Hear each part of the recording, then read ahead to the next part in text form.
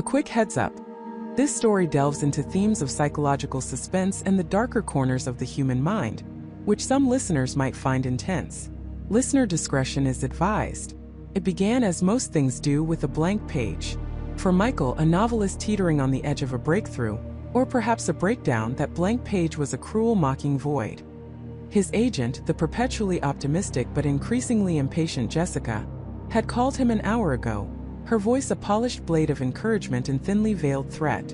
The deadline for his new psychological thriller, The Obsidian Mind, was looming like a storm cloud, and Michael had precisely 0 words to show for it. 0. For weeks he'd stared at his screen, the cursor blinking, a relentless digital heartbeat echoing his own growing panic. He'd paced his small isolated cottage nestled deep in the woods of upstate New York, worn paths into the worn rug. He'd brewed coffee until his hands trembled, then switched to whiskey until his thoughts blurred. Nothing. The well was dry. The muse, if she ever existed, had packed her bags and left without a forwarding address. He slumped back into his creaking office chair, the scent of old paper and stale coffee clinging to the air. Outside, the early autumn wind whispered through the pines, a sound that usually soothed him but now felt like a taunt. He closed his eyes, pressing the heels of his palms against them until kaleidoscopic patterns danced behind his eyelids. He needed a character, a situation, a hook that would grab readers by the throat and refuse to let go. He was crafting a tale about a man haunted by a forgotten past, a past that slowly, insidiously, began to unravel his present. A man who couldn't trust his own memories, or even his own reflection. It was supposed to be a chilling descent into paranoia, a masterclass in unreliable narration. Instead, it was nothing. He opened his eyes, letting out a long, frustrated sigh. His gaze fell back to the monitor, the stark white document, the solitary blinking cursor. And then he froze. There on the screen, nestled between the title he'd typed weeks ago and the empty space beneath, was a paragraph. A perfectly formed, exquisitely worded paragraph. The old house stood sentinel against the encroaching twilight, its windows like vacant eyes staring out at a world it no longer recognized. Within its crumbling walls, Elias Vance paced, a ghost in his own narrative, each step a further descent into the labyrinth of a mind that was no longer his to command. Michael blinked. Once. Twice. He leaned closer, his breath catching in his throat. It was good. More than good, it was exactly the kind of atmospheric, unsettling opening he'd been striving for. The imagery, the rhythm, the subtle menace, it was all there. But he hadn't written it. He absolutely, unequivocally had not written it. He sat bolt upright, his chair scraping against the hardwood floor. Had he blacked out? Was he so sleep-deprived, so mentally exhausted, that he'd typed an entire paragraph and simply forgotten? He scrolled up then down. Nothing else. Just that one perfect block of text. He checked the document's revision history. No recent saves he didn't remember. No strange timestamps. Just his last save from 2 days ago, a blank document. A shiver, cold and sharp, traced its way down his spine. He ran a hand through his already disheveled hair, trying to rationalize it. Maybe he'd been half asleep, dreaming, and his fingers had flown across the keyboard. It was improbable, bordering on impossible, but less terrifying than the alternative. He scoffed, a dry, humorless sound. Michael, you're losing it. Writer's block has finally broken you. He decided to embrace it. If his subconscious was going to deliver gold, who was he to argue? He copied the paragraph, pasted it into a new file, and deleted it from the main document, wanting to start fresh, to claim it as his own, even if its origin was a mystery. He then powered down his computer, deciding a walk in the crisp, autumn air was what he truly needed. The woods, usually his sanctuary, felt oddly watchful that afternoon, the shadows longer, the silence deeper. He shook off the feeling. Paranoia was for his characters, not for him. He returned hours later, the twilight deepening into a bruised purple sky. He made a simple dinner, ate it mechanically, and then with a renewed sense of purpose, sat back down at his desk. He opened the Obsidian Mind document, ready to pick up where his mysterious muse had left off, but the moment the file loaded, his blood ran cold. The paragraph was back. Not just the one he'd seen before, but an entire page of new text, seamlessly woven into the narrative, picking up precisely from where the first paragraph had left off. The old house stood sentinel against the encroaching twilight, its windows like vacant eyes staring out at a world it no longer recognized. Within its crumbling walls, Elias Vance paced, a ghost in his own narrative, each step a further descent into the labyrinth of a mind that was no longer his to command. He traced the peeling wallpaper with a trembling finger, each faded floral pattern a whisper of what was, what might have been, and what was irrevocably lost. The air hung heavy with the scent of dust and memory, a suffocating perfume that clung to his clothes, his skin, his very soul. He spoke aloud, a desperate plea to the empty rooms. Who am I? What have I done? But the walls offered no solace, only a chilling echo of his own fractured identity. He knew with a certainty that threatened to shatter him, that something had been taken. Not an object, not a person, but a vital piece of himself, leaving behind a hollow chamber where understanding once resided. And the more he sought to reclaim it, the more elusive it became, like trying to grasp smoke in the dark. Michael's hands began to shake, a tremor that started in his fingers and quickly spread through his entire body. He hadn't just deleted that paragraph, he'd powered down his entire system. There was no way it could have reappeared, let alone expanded into a full page of prose. This wasn't a glitch. This wasn't sleepwalking. This was impossible. His mind raced, desperately searching for a logical explanation. Had his computer been hacked? Was someone playing a cruel, elaborate prank? He was isolated, true, but he hadn't given anyone access to his machine. He checked his Wi-Fi router, unplugged it, plugged it back in. He ran a full system scan for viruses, malware. Nothing. The computer was clean. Yet the words remained, staring back at him with an unnerving confidence. He read the news section again, his eyes darting across the screen. A vital piece of himself, leaving behind a hollow chamber where understanding once resided. The words resonated with a strange, personal ache. Felt too close, too real. He had been feeling that way for weeks, a hollow ache of creative emptiness. Was this some bizarre manifestation of his own subconscious, a desperate plea for inspiration taking on a life of its own? He tried to type, to add his own words, but his fingers hovered over the keyboard, paralyzed. The story felt complete somehow, as if it had its own momentum, its own will. He scrolled down past the freshly written text. The cursor sat expectantly at the end of the new page, blinking, waiting. He took a deep, shuddering breath and forced himself to continue reading, to see where this phantom author was taking his novel. The next paragraph began to appear, slowly, word by agonizing word, as if being typed by an invisible hand. Michael watched, transfixed, a cold dread seeping into his bones. The mirror, usually a mundane instrument of self-reflection, had become a torment. Elias would stand before it, his own face a stranger's mask, the eyes staring back at him holding a secret he couldn't decipher. Sometimes, for a fleeting, terrifying second, he would see not his own reflection, but a different face entirely gaunt, shadowed, with an unsettling familiarity that twisted his gut. It was a face he knew he shouldn't know, a face connected to a memory that clawed at the edges of his consciousness, threatening to break through the carefully constructed amnesia he lived within. Michael gasped, a strangled sound that barely escaped his throat. He stumbled back from his desk, knocking his chair over with a clatter. His eyes darted to the ornate, antique mirror hanging on the opposite wall, a family heirloom that had been in his cottage for as long as he could remember. For the past week, he had found himself staring into it for long, unsettling moments, a strange sense of unease coiling in his stomach. He dismissed it as stress, as his mind playing tricks on him. But now, seeing it written explicitly in his story, a story he wasn't even writing, the unsettling familiarity of a face he shouldn't know. He'd felt that.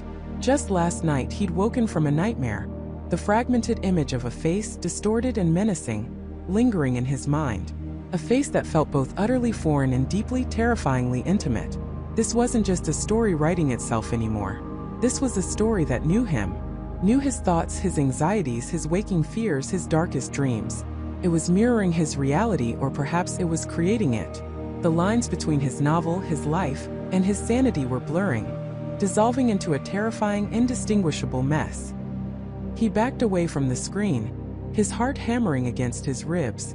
The blinking cursor seemed to pulse with an ominous rhythm, an invitation, a demand. It wasn't just waiting for him to write. It was waiting for him to live what was being written. The cold, logical part of his mind screamed for him to shut down the computer, to smash it, to run. But a morbid, terrifying curiosity, a primal instinct, held him captive. What would it write next?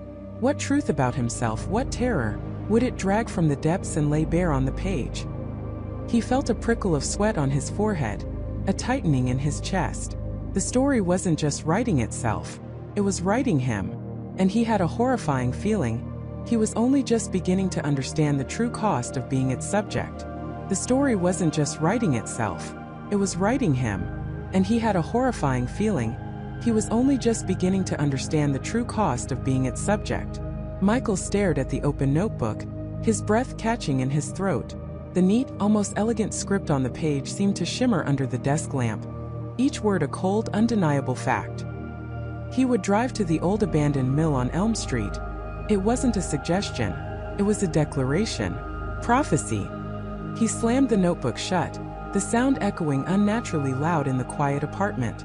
His heart hammered against his ribs. This was impossible. He knew the mill. It had been derelict for decades, notorious for local legends of strange happenings and disappearances. Why would he go there? He had no reason, no desire. He tried to rationalize. Coincidence. A bizarre, elaborate prank.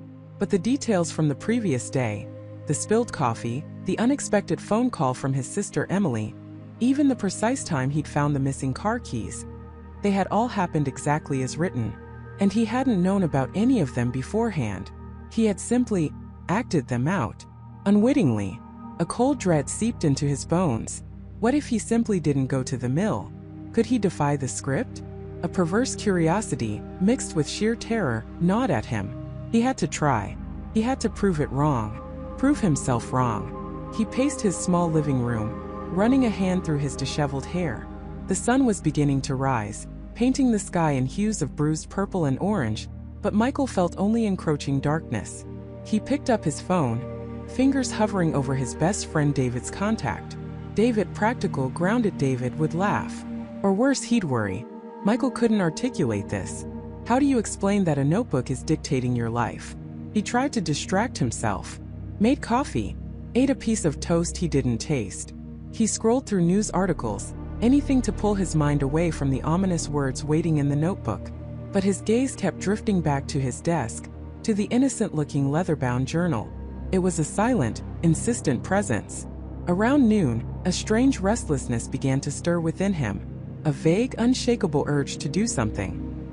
He found himself looking out the window, his eyes scanning the streets below. He didn't want to go to the mill. He really didn't want to go. But a subtle, almost imperceptible pull began to exert itself. It wasn't a command, not overtly. It was a feeling, a growing unease that he needed to move. To go. He fought it.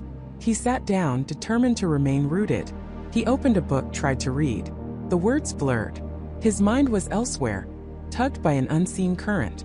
He felt a growing sense of agitation, a low hum of anxiety that intensified with every passing minute he resisted. It was like trying to hold his breath underwater. The impulse to surface, to give in, was becoming overwhelming. Finally, with a frustrated sigh, he stood up. "This is ridiculous," he muttered to himself, his voice sounding thin and weak in the silent apartment. "I'm just going to drive past it, just to prove a point." He wasn't sure what point or to whom, but it felt like a small victory, a way to reclaim some agency. He wouldn't go in. He would just drive past. He grabbed his keys, wallet, and phone, his movements feeling oddly predetermined. He walked out to his car, a beat-up sedan he'd owned since college. The engine turned over on the first try. A small comfort in a world suddenly devoid of them. He pulled out of his parking spot, his hands gripping the steering wheel, knuckles white. His intention was to take the scenic route, to deliberately avoid Elm Street. But somehow, without conscious thought, he found himself turning onto Oak Avenue, then Maple Drive, each turn leading him inexorably towards the eastern edge of town where the old mill stood. It was as if his body had a will of its own, separate from his mind, following an invisible map. He tried to force himself to turn right, to go in the opposite direction. His hands felt stiff, resistant. His car, his own car, seemed to glide effortlessly down the road, as if guided by an unseen hand. Panic began to rise. He was losing control. This wasn't just suggestion, it was compulsion. He could feel it, a subtle but undeniable pressure behind his eyes, a phantom hand on the back of his neck, pushing him forward. He reached Elm Street. The familiar rusted sign for the Blackwood Mill creaked ominously in the gentle breeze. The building itself was a hulking, skeletal structure of brick and broken windows, ivy crawling like veins over its decaying facade. A chain-link fence, rusted and torn, offered little resistance. He pulled his car over, parking a few yards from the main entrance, just as the notebook had implied.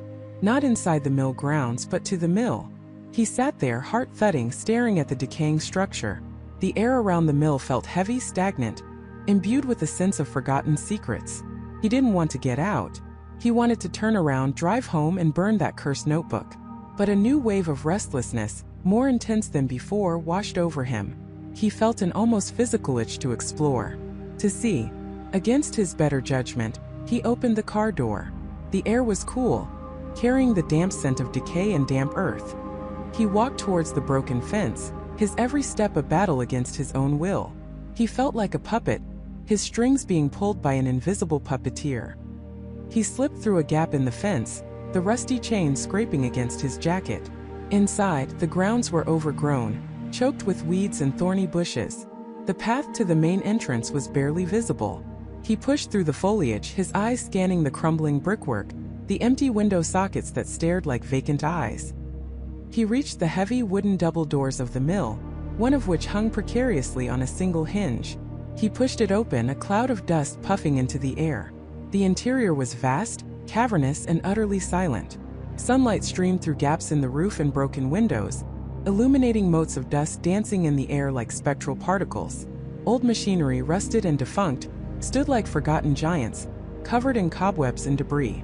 "Hello," he called out, his voice swallowed by the emptiness. He felt foolish, but a desperate need to break the silence, to prove he was alone, compelled him. No answer. Only the drip, drip, drip of water from a leak somewhere deep within the building. He started to walk deeper into the mill, his footsteps echoing eerily. He moved past colossal gears, broken conveyor belts, and piles of rotting wood. The air grew colder, heavier.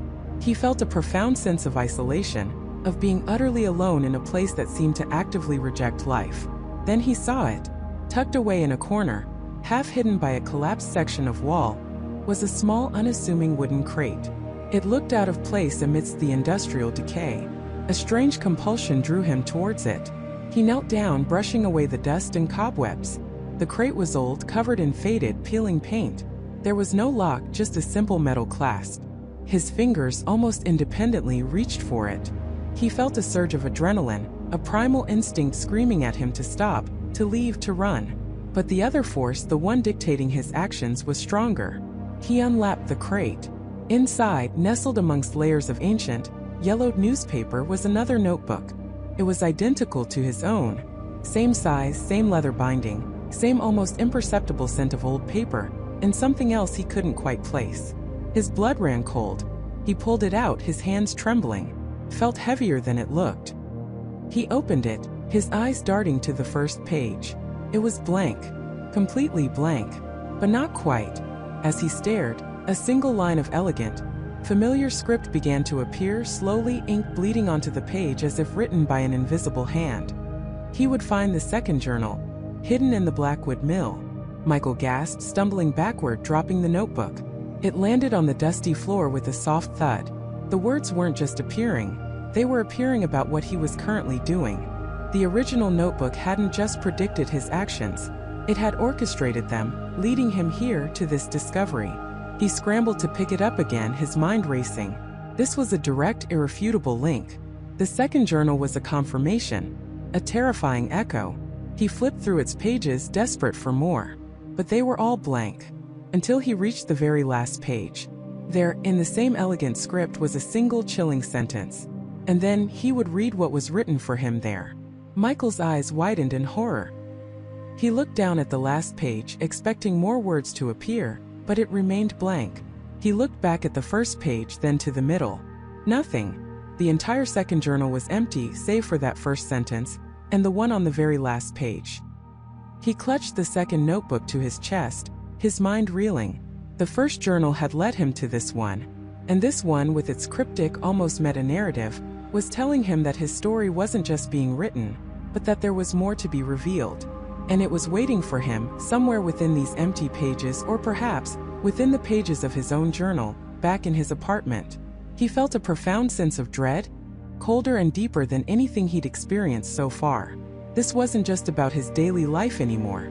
This was about a grander design, a meticulously planned narrative that was pulling him deeper and deeper into its labyrinth.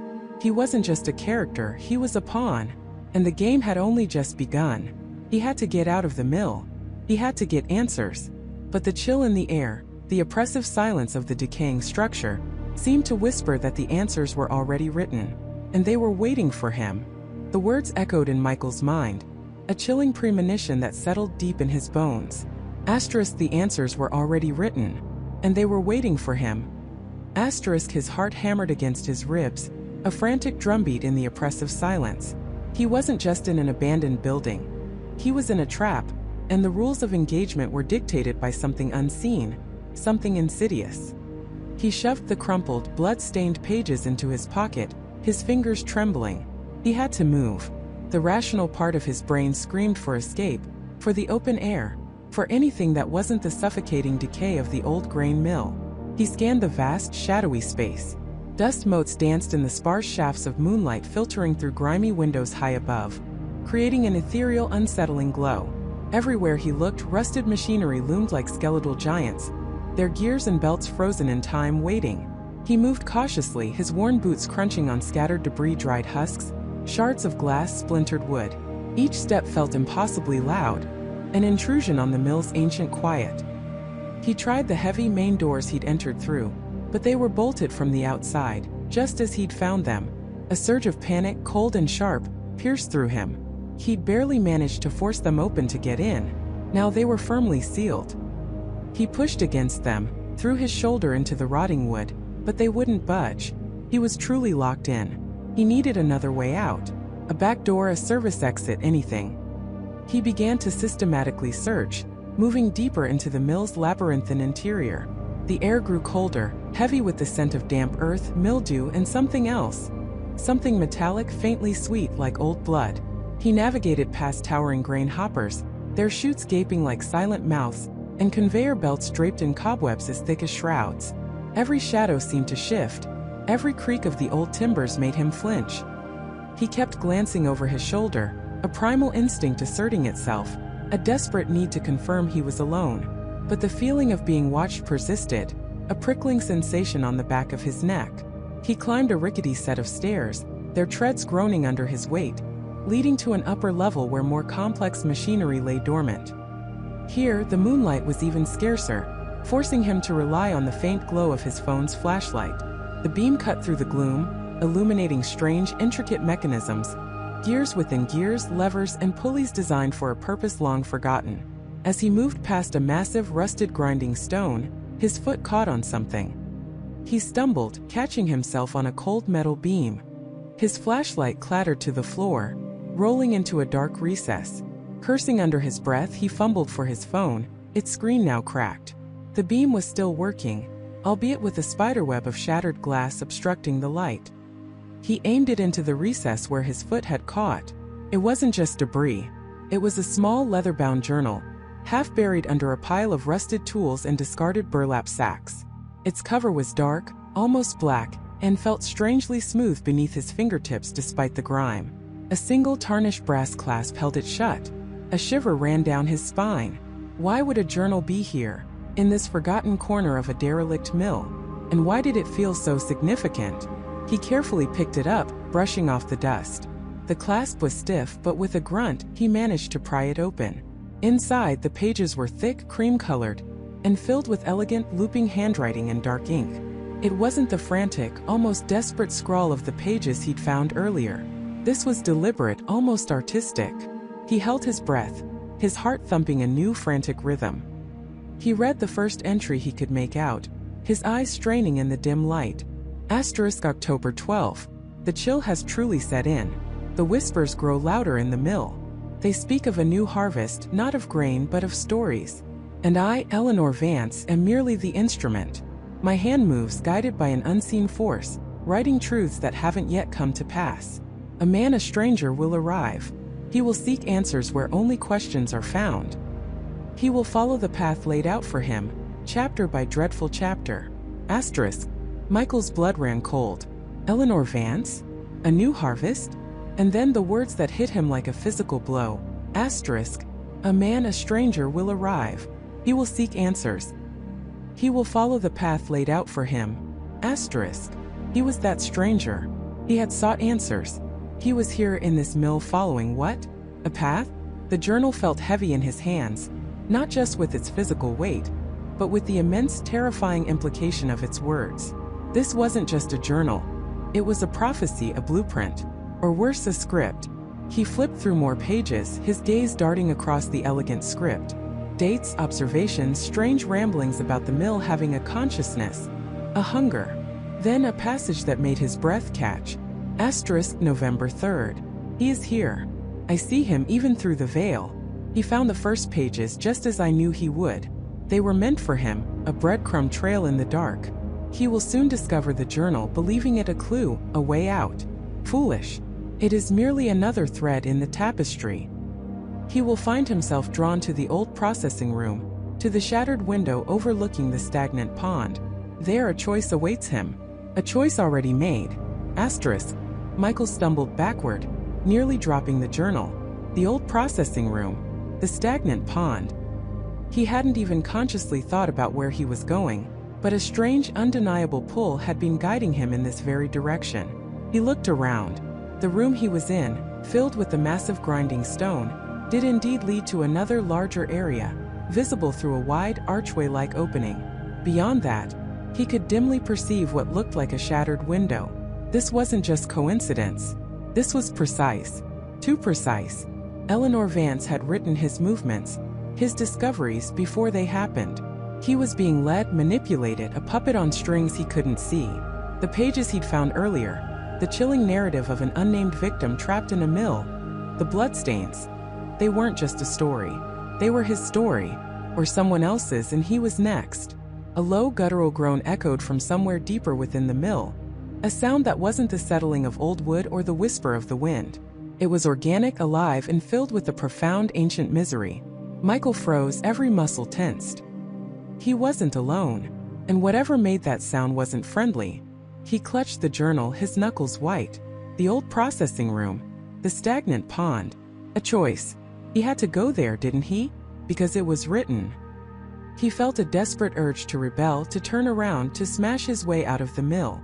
But the journal's words, the chilling accuracy of them, held him captive, a terrifying magnet pulling him forward. He was caught in a narrative, and the author was still at work. He crept towards the archway, his eyes darting into every shadow. The air grew heavier, colder, the metallic tang stronger. The processing room was vast, even more derelict than the areas he'd already explored. A thick layer of dust coated everything, disturbed only by what looked like a fresh set of footprints leading deeper inside. Not his. Someone else had been here. Recently. His flashlight beam cut through the oppressive darkness, revealing rows of rusted vats and conveyor belts leading to a large, gaping hole in the floor where machinery had once been. And there, against the far wall, was the shattered window, its jagged teeth framing a sliver of moonlit sky and the dark, still surface of a pond. He moved towards it, his heart pounding. The footprints ended abruptly at the edge of the hole in the floor, almost as if the person had simply vanished. He peered down. It was a drop of at least 20 feet into a murky, water-filled pit. Not an escape route. He reached the window, careful to avoid the broken glass. The view was exactly as described. The stagnant pond, reflecting the bruised sky like a dark mirror. And floating gently on its surface, caught against a tangle of reeds, was a small wooden boat. An old rowboat, painted a faded green with a single oar resting inside. A choice, the journal had said. Was this it? The boat? A way out across the pond? He felt a flicker of hope, immediately extinguished by the chilling realization that this was too convenient. This was part of the script. He leaned closer to the window, trying to see the boat more clearly, and that's when he saw it. Tied to the oar, fluttering faintly in the breeze, was another piece of paper, white, stark against the dark wood. Another page. But as he squinted, his breath hitched. It wasn't just a page. Scrawled across it, in that same desperate hand from the first pages, was a single name. His name. Michael. and beneath it a chilling, simple question. Do you know the story, Michael? The question hung in the air, a cold, silent challenge. He wasn't just a character in this story anymore. He was the protagonist, and the author was speaking directly to him. The boat, the pond, the message. It was all a carefully laid trap, a precise step in a narrative he couldn't escape. And the game, he realized with a sickening lurch, had only just begun. Michael's heart hammered against his ribs, a frantic drumbeat against the silence of the pond. The revelation hit him like a physical blow, stealing the air from his lungs. He wasn't just in a story. He was the story. Every thought, every action meticulously crafted, leading him to this precise moment. It was a terrifying, absurd thought, yet the evidence was irrefutable. The note, the boat, the impossible journey. He gripped the edges of the small wooden vessel, his knuckles white. "No," he whispered, the word hollow in the vast expanse of water and sky. "This isn't real. This is a dream, a hallucination." He squeezed his eyes shut, willing himself to wake up, to be back in his own bed, the scent of coffee in the air, the mundane comfort of his actual life. But when he opened them, the shimmering surface of the pond, the distant silhouette of the trees, and the ominous message still burned into his mind remained. A cold dread seeped into his bones. If he was a character, then who was he? What was his purpose? And what kind of author would subject someone to such a cruel, elaborate torment? He looked around wildly, searching for hidden cameras, for a speaker, for anything that would betray the presence of his tormentor. But there was nothing, just the gentle lapping of water against the boat. He tried to row back. He grabbed the oars, digging them into the water with desperate strength. The boat, however, seemed to resist. It moved sluggishly, almost mockingly, barely shifting its position despite his frantic efforts. It was as if an invisible hand held it firmly in place, or pushed it subtly in another direction. He felt a surge of impotent rage. He was trapped, a puppet on strings he couldn't see, controlled by a master he couldn't reach. Then a new thought, chilling in its simplicity, pierced through his panic. If he was a character, and the author was writing his story, then perhaps his actions were not his own. Was even this moment of rebellion, this futile attempt to escape, part of the script? The idea was infinitely more terrifying than being merely trapped. It implied a complete loss of free will, an existence as a mere construct, a tool for someone else's entertainment. He slumped forward, resting his head against the rough wood of the boat. His mind raced, trying to find a loophole, a way out of this narrative prison. If the author was speaking to him, then there had to be a way to speak back. To defy. To break the fourth wall, not just acknowledge it. Suddenly, a faint shimmer caught his eye. It was on the surface of the pond, a few feet away from the boat, barely visible against the reflection of the sky. He leaned over, peering closer. It wasn't a natural phenomenon. It was a small, perfectly folded piece of paper, floating serenely on the water. Another message. His heart leaped into his throat. He reached out, his fingers trembling, and carefully retrieved it. It was identical to the first one. The same heavy linen paper, the same elegant, unsettling script. He unfolded it with a sense of grim resignation, dreading what new command or revelation it would contain. The words, when they appeared, were brief, almost laconic. The next chapter begins where the current one ends. Follow the current. Michael stared at the note, a cold wave washing over him. Follow the current? The pond was still. There was no visible current. He looked around again, bewildered. Was it a metaphor? A riddle? Or was he missing something obvious? He looked down at the water again, trying to discern any subtle movement. And then he saw it. Barely perceptible, a faint ripple, a slight pull on the boat. It wasn't a strong current, not like a river, but there was a definite slow drift. The boat, which had been stubbornly resisting his oars, was now gently turning, orienting itself in a new direction. He let go of the oars, and the boat slowly, inexorably began to move. It wasn't fast, but it was steady, pulling him away from the shore he had desperately tried to reach. He watched, mesmerized and horrified, as the boat glided across the glassy surface of the pond, following this unseen force. Where was it taking him? What was at the end of this current? The phrase, "the next chapter begins where the current one ends," echoed in his mind. It wasn't just a suggestion, it was a decree. He was being moved literally by the narrative. As the boat continued its silent journey, The landscape around him began to change.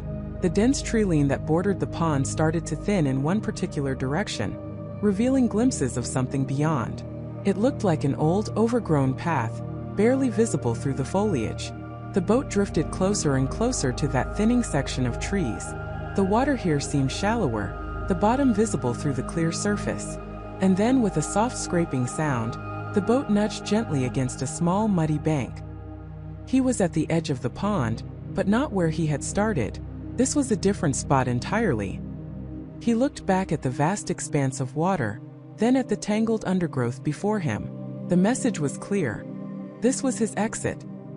He carefully stepped out of the boat, his feet sinking slightly into the soft mud. The air here was different, heavier, scented with damp earth and decaying leaves.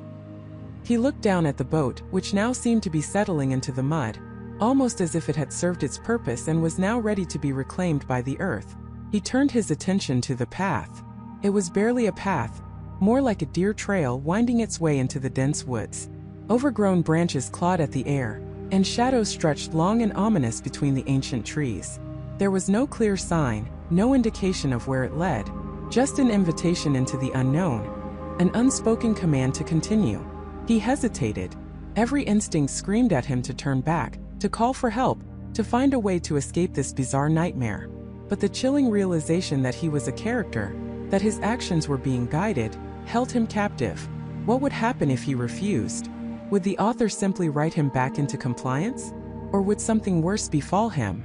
The thought of defying the narrative and the potential consequences was too terrifying to contemplate. With a deep, shaky breath, Michael stepped onto the path. The leaves crunched under his feet, a surprisingly loud sound in the oppressive silence of the woods.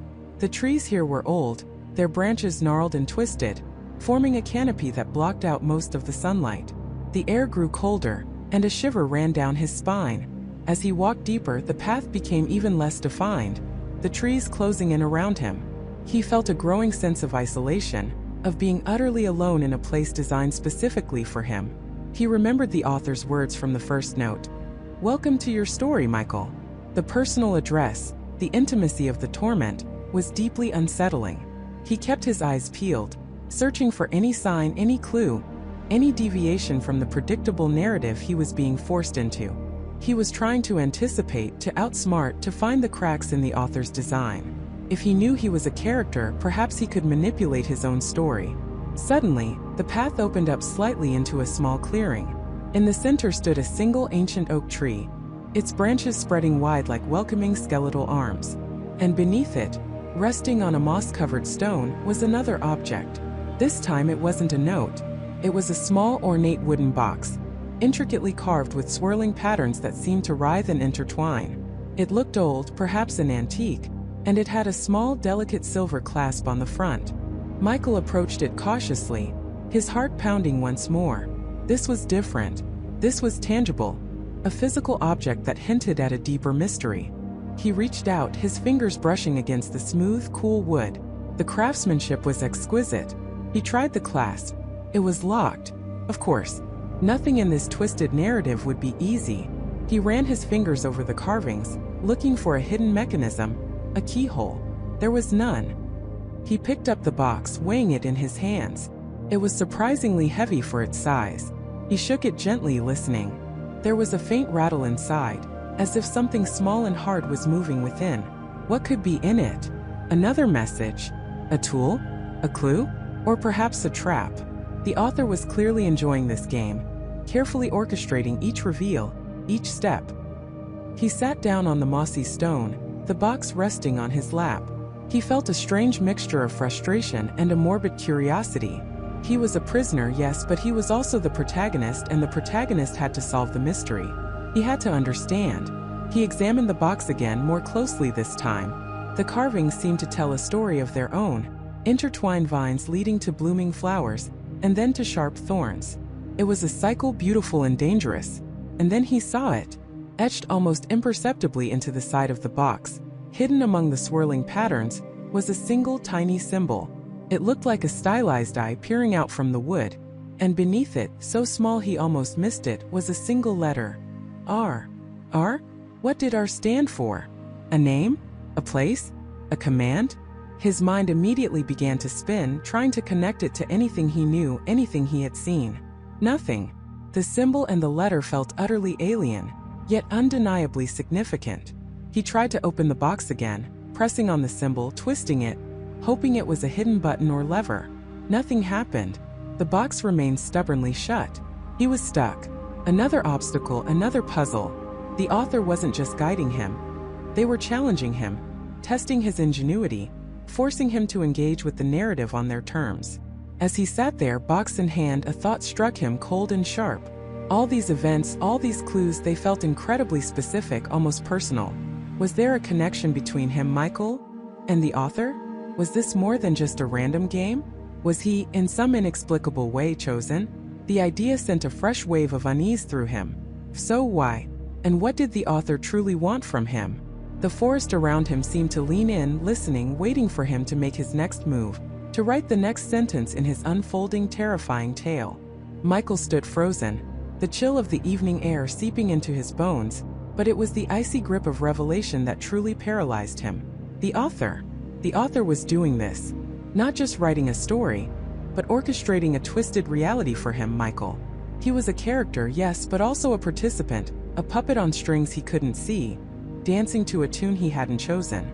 The thought was sickening, a violation of his very being. His mind raced, desperate to find a flaw in the logic, a way out of this terrifying premise. But every memory, every strange coincidence, every unsettling line from the manuscript screamed agreement. He had to move. Standing still was an invitation for whatever unseen force was at play to make its next move. His eyes darted around the encroaching shadows of the forest, each rustle of leaves, each snap of a twig, sounding like a deliberate step towards him. He couldn't stay out here.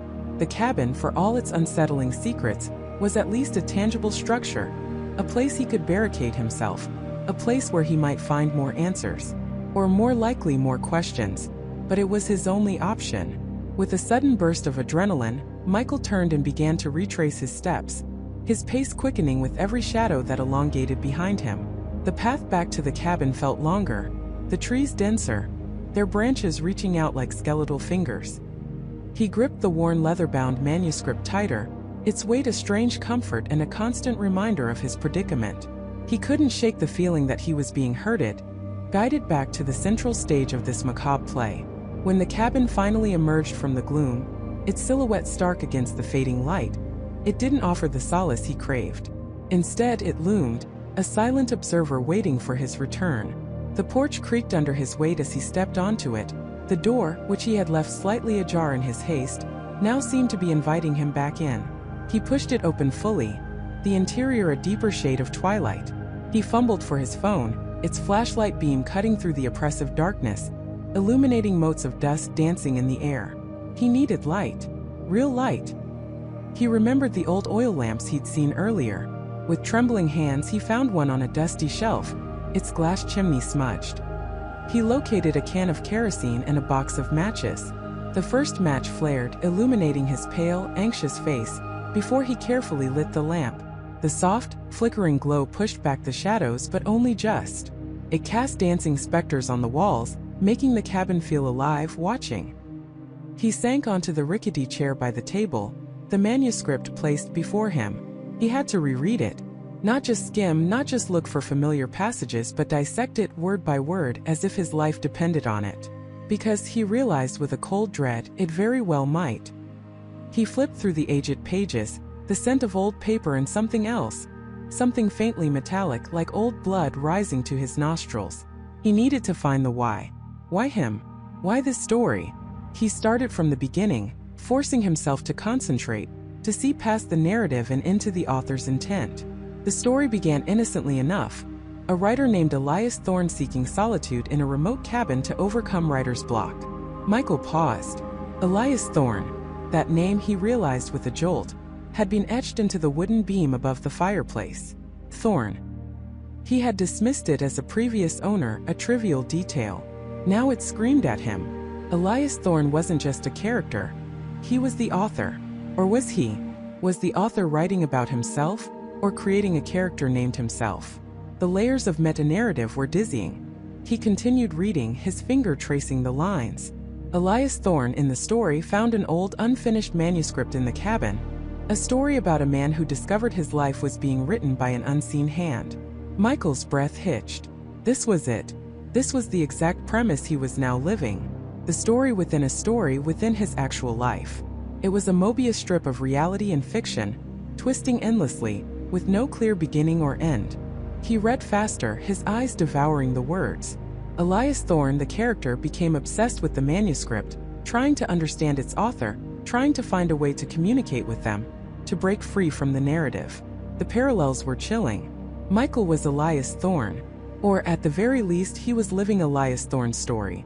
The manuscript he held was the same manuscript Elias Thorne found in the story. It was a recursive loop. Then he came across a passage that sent a fresh wave of terror through him, making his skin prickle despite the warmth of the lamp. It described Elias Thorne finding a hidden compartment in the cabin, behind a loose stone in the fireplace hearth. Inside he found a small leather-bound journal, distinct from the manuscript. This journal, the story claimed, contained the true intentions of the unseen author, a set of instructions, a path to understanding the narrative's conclusion. Michael's gaze shot to the fireplace. His heart hammered against his ribs. A hidden compartment. He remembered noticing a few stones that looked a little different, a little looser when he'd first entered. He'd dismissed it as old construction.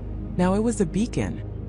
He scrambled to his feet, dropping the manuscript on the table with a thud. He rushed to the hearth, his hands running over the cold, rough stones. He felt for subtle differences, for any give. His fingers brushed against a stone near the bottom left corner, larger than the others, and his breath caught. It moved, ever so slightly. He pressed harder, wiggling it, and felt a distinct looseness. With a grunt of effort, he managed to pry it free. It came away with a soft scraping sound, revealing a dark, shallow cavity behind it. His flashlight beam pierced the darkness, revealing not a small leather-bound journal, but a small tarnished wooden box. Disappointment, swift and sharp, pierced his rising anticipation. It wasn't a journal. Had he misinterpreted the manuscript? Was this a deviation, a sign he was breaking free? Or was the author simply adding another layer of trickery? He carefully reached into the cold, dusty space and pulled out the box. It was old, intricately carved with swirling, almost hypnotic patterns, and surprisingly heavy. There was no lock, just a simple, almost rusted latch. His fingers trembled as he unclasped it. The lid creaked open, revealing not documents or letters, but a single, perfectly preserved, ancient-looking compass. Its brass casing gleamed faintly in the lamplight, and its needle, surprisingly, was spinning wildly, refusing to settle. Next to the compass lay a small, tightly folded piece of parchment, brittle and yellowed with age. Michael carefully picked up the parchment. It felt like tissue paper, fragile in his grip. He unfolded it with utmost care. The writing on it was in a cramped, elegant hand, faded but still legible. It wasn't a set of instructions. It wasn't a confession. It was a single cryptic sentence. The story unravels where the needle points, but only when you truly understand the storyteller's heart. The storyteller's heart. Michael reread the sentence, his mind reeling. The compass spinning wildly. The cabin, the manuscript, the forest.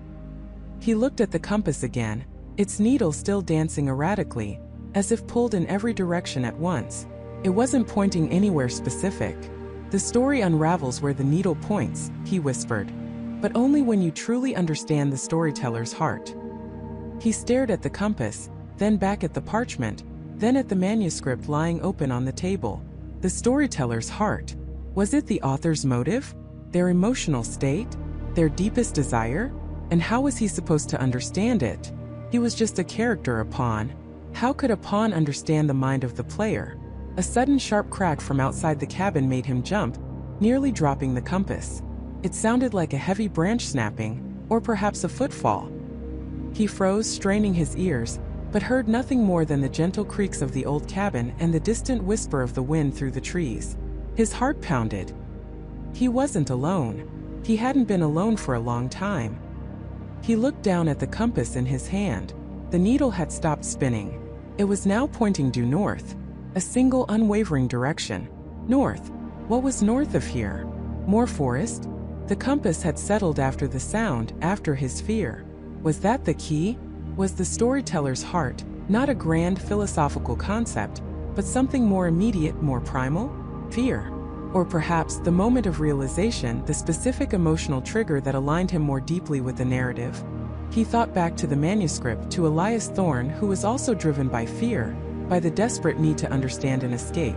Perhaps the storyteller's heart was simply the heart of the protagonist, Michael's own heart, experiencing the very emotions the author intended.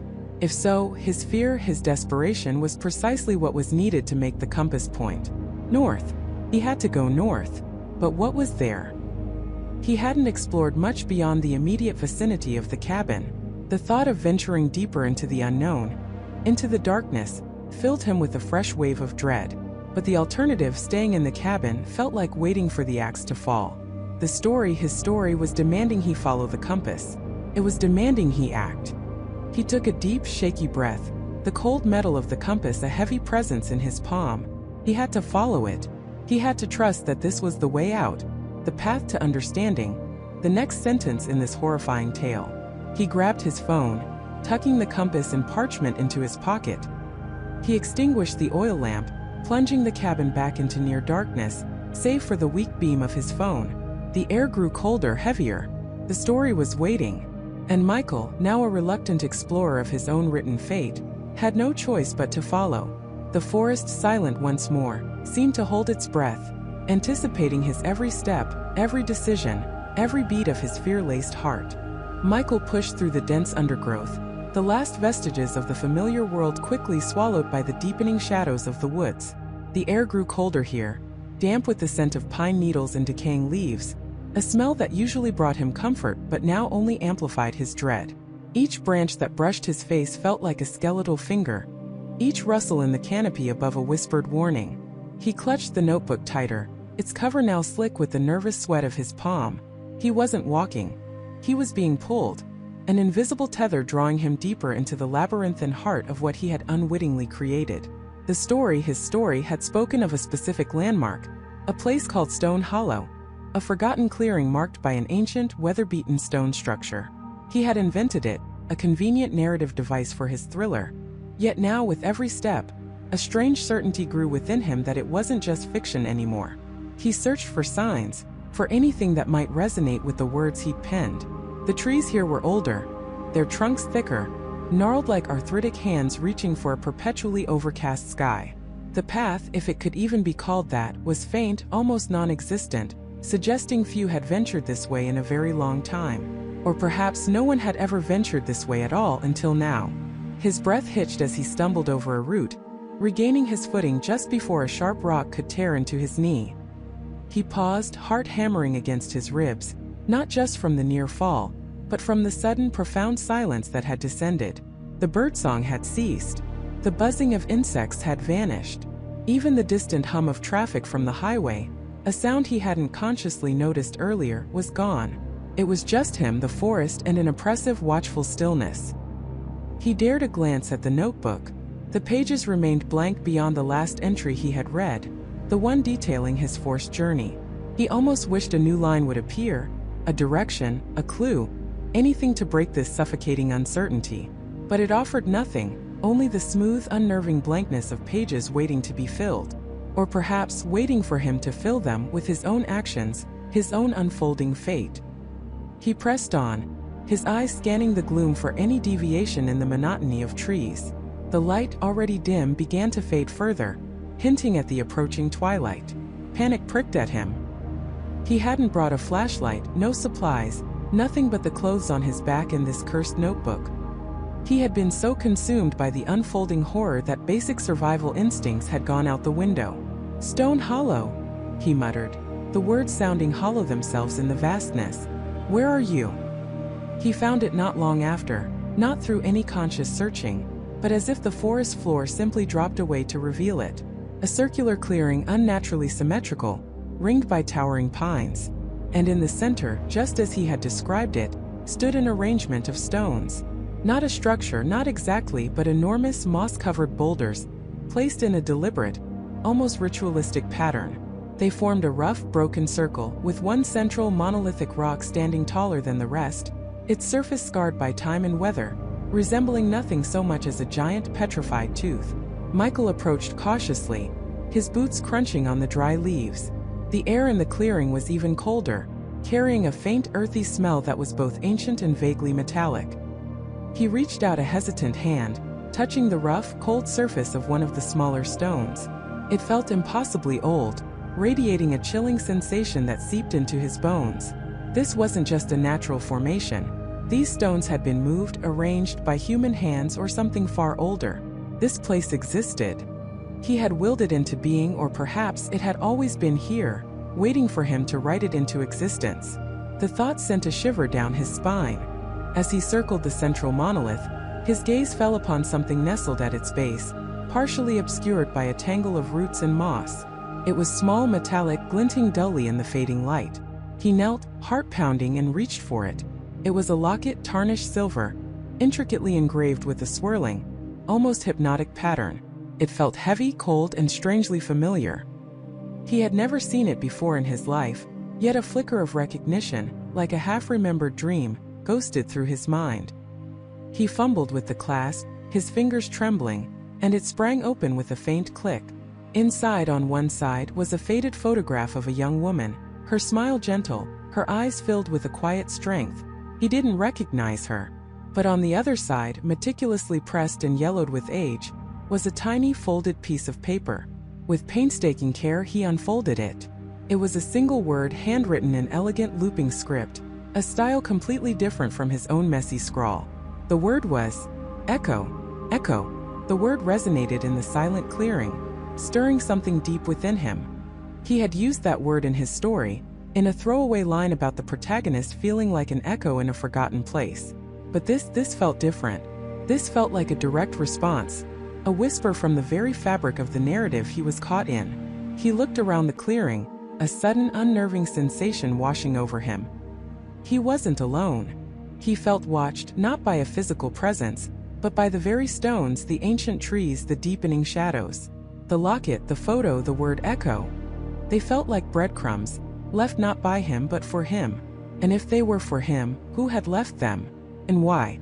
He turned back to the notebook, a desperate hope blooming in his chest that something would have changed. And it had. Not on a blank page, but on the very last page he had read, the one detailing his journey into the forest. A single line, almost imperceptible, had appeared at the bottom, written in a script that was undeniably his own, yet he had no memory of writing it. The echo remembers the forgotten. Michael stared at the words, a cold dread seeping into his bones. The echo remembers the forgotten. Was the locket an echo? Was the woman in the photograph someone forgotten? Was he the forgotten? Or was he meant to remember someone else? His mind raced, struggling to connect the dots of this increasingly bizarre puzzle. He looked at the locket again, then at his notebook. The story wasn't just guiding him. It was actively responding to his discoveries, weaving them into its fabric, almost as if it had anticipated his every move, his every finding. It was a terrifying thought, that his reality was merely a stage upon which this story was performing itself, with him as the reluctant, unwitting actor. The sun had now dipped below the horizon, painting the sky in hues of deep purple and ominous orange. The clearing, once merely eerie, now felt truly menacing. Michael knew he couldn't stay here in the dark. But where could he go? The story hadn't given him a destination beyond Stone Hollow. He instinctively reached for his phone, a desperate need for connection, for light, for a lifeline to the rational world. But the signal was dead, and the screen remained stubbornly black. Of course, how could he have forgotten? The story wouldn't allow such easy escapes. He stood up, the locket clutched in one hand, the notebook in the other. He had to keep moving. The story demanded it. But where? He closed his eyes, trying to clear his head, to remember anything, any detail he might have written that could offer a clue. His mind was a chaotic storm of fear and confusion. Then a faint, almost imperceptible sound reached him. A soft, rhythmic tapping coming from beyond the clearing, deeper into the forest. It was too regular to be an animal, too deliberate to be the wind. It sounded like a typewriter, an old manual typewriter, clacking away in the heart of this ancient, silent wood. His blood ran cold. A typewriter, in the middle of nowhere. The very instrument of his craft, the tool of his torment. Was it a trick of his mind? Was the forest playing with him? Or was it real? And if it was real, who was operating it? Was it the other writer he'd vaguely alluded to in his initial drafts, the one who had supposedly created the original cursed manuscript? He had to know. The story, he realized, wasn't just a narrative. It was a living, breathing entity, luring him, testing him, pushing him further down a path he hadn't chosen. And the tapping, it was another breadcrumb, another thread in the intricate web. Taking a deep, shaky breath, Michael moved towards the sound, his feet crunching loudly on the dry leaves, each step an act of terrified defiance. The tapping grew slightly louder, clearer, a relentless rhythm cutting through the oppressive silence. It was coming from a particular direction, leading him away from the clearing, further into the deepening gloom. He gripped the locket, its cold metal a small, tangible comfort in the face of the unknown. The story was not just writing itself.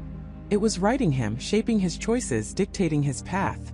And now it was calling him directly to its source, to the heart of the mystery, to whatever or whoever was behind the relentless clatter of keys in the darkness. He had to find out. He had to. His survival, his sanity, perhaps even the fate of this story depended on it. The sudden, chilling clarity of his decision ignited a desperate energy within Michael. He had to find out. He had to. His survival, his sanity, perhaps even the fate of this story depended on it. He pushed himself up from the sofa, his muscles protesting with a dull ache he barely registered. The apartment was still cloaked in a suffocating darkness, broken only by the faint, eerie glow of streetlights filtering through the blinds. But the sound, the incessant, rhythmic clack-clack-clack of keys, the crisp thwip of a carriage return, it was louder now, or perhaps his heightened awareness simply made it so. It pulsed through the air, vibrating in his bones, a relentless heartbeat of an unseen entity. Where was it coming from? He spun slowly, trying to triangulate the source. His study, the living room wall, the kitchen. It seemed to echo, bouncing off surfaces, creating a disorienting auditory maze. He took a tentative step, then another, moving like a hunter stalking prey, or perhaps prey being drawn to a predator. His breath hitched in his throat, a raw knot of fear and determination. He crept towards his study first, the logical place for such a sound. His own laptop sat inert on his desk, its screen black.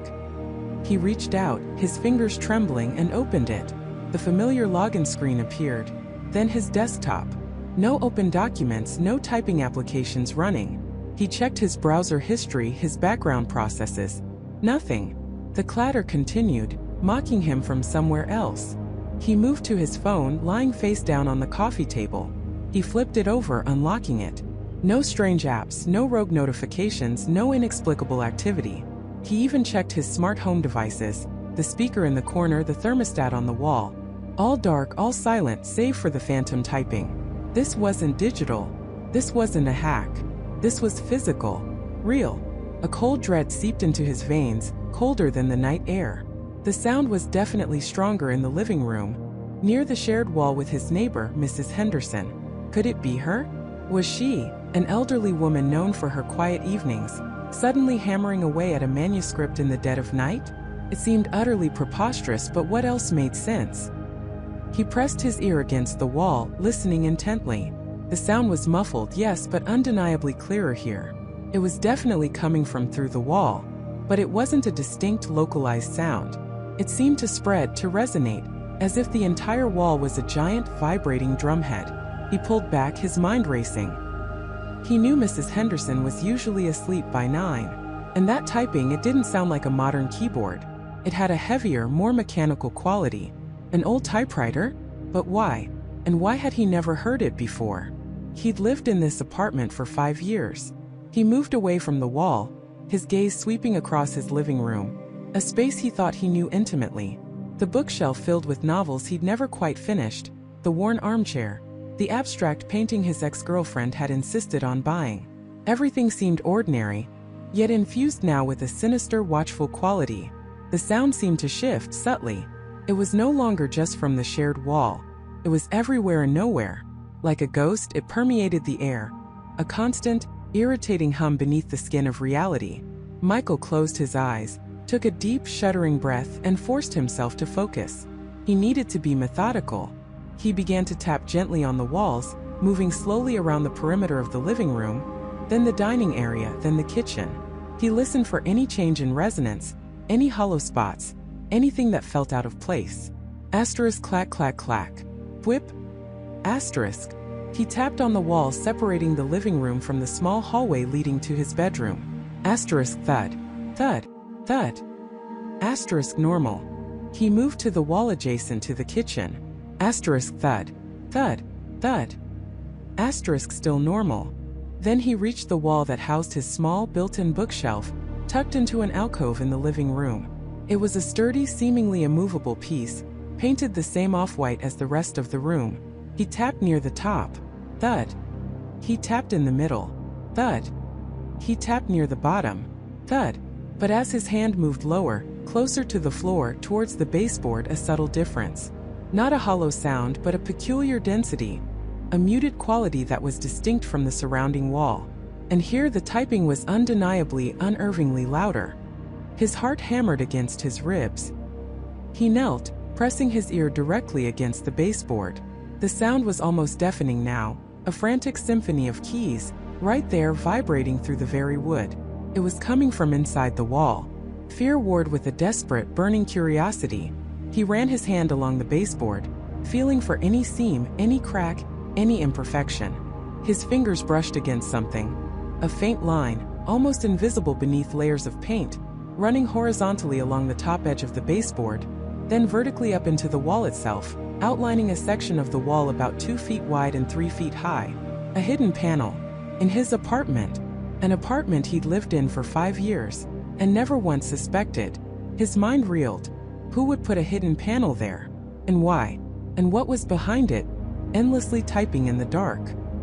He tried to pry at the edges, his fingernails scraping uselessly against the painted wood. He needed a tool. He scrambled to his feet, adrenaline surging, and rushed to the kitchen. He rummaged through drawers, pulling out a butter knife, then a screwdriver, then a small pry bar he used for minor repairs. Returning to the wall, he knelt again, the pry bar clutched in his sweaty hand. The typing had intensified to a fever pitch, a frantic, almost angry rhythm, as if whatever was behind the panel knew he was there, knew he was close. He carefully inserted the flat end of the pry bar into the faint seam at the bottom of the panel. He pushed, he twisted, he grunted with effort. The wood groaned, a faint cracking sound echoing in the silent apartment. He pushed harder, sweat beading on his forehead. With a sudden sharp pop, the paint cracked, and the panel shifted inward slightly. A gust of stale, musty air, tinged with something metallic and old, wafted out. And with it, the typing sound roared, no longer muffled but raw, immediate, chillingly clear. He pulled the pry bar out, reinserted it further up the seam, and leaned into it again. Another crack, another groan. He worked his way around the edges slowly, painstakingly, until the panel was loose enough to pull free. He braced himself, took one last fortifying breath, and yanked. The panel swung inward on unseen hinges, revealing a dark, cramped cavity within the wall. It wasn't deep, maybe a foot or so, barely enough for. His eyes widened, his breath catching in his throat. There, nestled in the dusty recess, bathed in a faint, pulsating blue light that seemed to emanate from within itself, was an old, antique typewriter. It was a monstrous, beautiful machine, black with gleaming chrome accents, its keys yellowed with age, its carriage return mechanism a marvel of intricate engineering. But it wasn't just there. Its keys were moving. Clack, clack, clack. The keys were depressing, one after another, with no visible hand touching them. The carriage slid back and forth, the paper rolled, and the hammer struck the ribbon, leaving crisp, black letters on the pristine white page. Michael stared, transfixed, his mind struggling to process the impossible sight. No strings, no wires, no hidden mechanisms he could discern. Just the machine, alive and typing by itself, in the dusty darkness of his wall. He leaned closer, his eyes fixed on the paper emerging from the roller. The blue light pulsed, casting an ethereal glow on the text. And as he read the words, a cold, unshakable terror gripped him, tighter than anything he had ever felt before. The words forming on the page were his own thoughts, his own actions, his own immediate past. He pushed himself up from the sofa, his muscles protesting with a dull ache he barely registered. The apartment was still cloaked in a suffocating darkness. He crept towards his study first, the logical place for such a sound. He pressed his ear against the wall, listening intently. He carefully inserted the flat end of the pry bar into the faint seam at the bottom of the panel. With a sudden sharp pop, the paint cracked, and the panel shifted inward slightly. He leaned closer, his eyes fixed on the paper emerging from the roller. The blue light pulsed, casting an ethereal glow on the text. And as he read the words, a cold, unshakable terror gripped him, tighter than anything he had ever felt before. The typewriter was typing his very experience as he lived it. It was writing this story, his story, in real time. The realization hit him with the force of a physical blow, knocking the air from his lungs. He wasn't just in a story. He was inside the story as it was being created. He was a character, his life unfolding under the relentless mechanical will of this infernal machine. He looked at his hands, then back at the typewriter, then at the words forming on the page, describing his own horrified reaction. He was living a script being written moment by moment. Every decision, every thought, every emotion, was it truly his own? Or merely a predetermined line in this terrifying unfolding narrative? The implications were staggering, soul-crushing. If this machine was writing his life, then he had no free will. His fate, his future, his very existence was dictated by the clatter of its keys. And if it could write his past and present, what horrors might it write for his future? The typewriter continued its relentless rhythm, its blue light casting dancing shadows on the wall of the hidden cavity. Asterisk clack clack clack. Thwip. Asterisk. It was writing his next breath, his next thought, his next move. He was trapped, a puppet on strings woven from ink and paper, his life a performance for an unseen, unknowable audience. He wanted to scream, to smash the machine, to tear the paper to shreds. But he couldn't move. He could only stare, a silent witness to the chilling revelation that his life was not his own, and had never been. The story was writing itself, yes, but it was also writing him. And the dread of what it might write next, what it might make him do, was an unbearable weight on his soul. The unbearable weight on his soul was not just a metaphor. It was a crushing physical sensation, a leaden cloak draped over his very being. Michael stumbled back from the computer, the screen still glowing with the final, horrifying sentence of the story. His life. He pressed his palms against his temples, as if he could physically push back against the invisible strings he now felt tugging at him, making him dance. He was a character, puppet, every choice, every emotion, every word he'd ever uttered, meticulously crafted by an unseen hand. The thought was a poison, seeping into every corner of his mind, eroding his sense of self. How could he be Michael if Michael was just a narrative construct? A desperate, primal urge to defy it surged through him. He wouldn't do what it wanted. He wouldn't follow the script. He would break free. He would prove it wrong. He would prove himself real. His mind raced. What was the next logical step the story would dictate? He'd been fixated on the journal, on Dr. Eris, on the mysterious manuscript.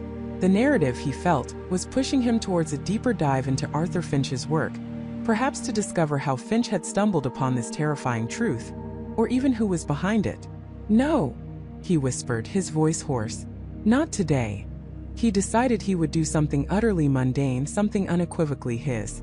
He would clean his apartment. He would watch a silly movie. He would order pizza and just exist, outside the confines of the unfolding plot.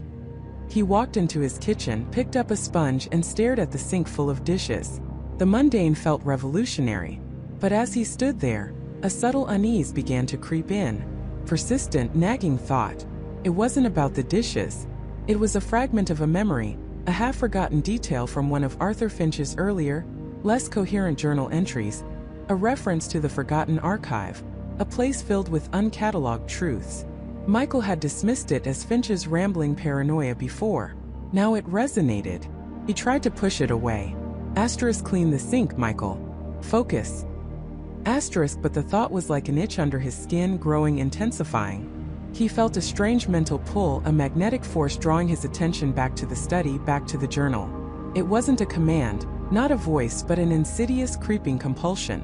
A feeling that if he didn't investigate this forgotten archive, he would miss something critical, something that the story needed him to find. His hands, despite his conscious effort to keep them occupied with the sponge, trembled. He found himself walking, almost against his will, back towards the study. It was as if his body had a will of its own, a predetermined path it was compelled to follow. He felt a growing sense of panic, a cold dread twisting in his gut. This wasn't just fate. This was active manipulation. He sat at his desk, staring at the leather-bound journal. His previous readings had been focused on the obvious narrative. Now, he needed to look beneath the surface.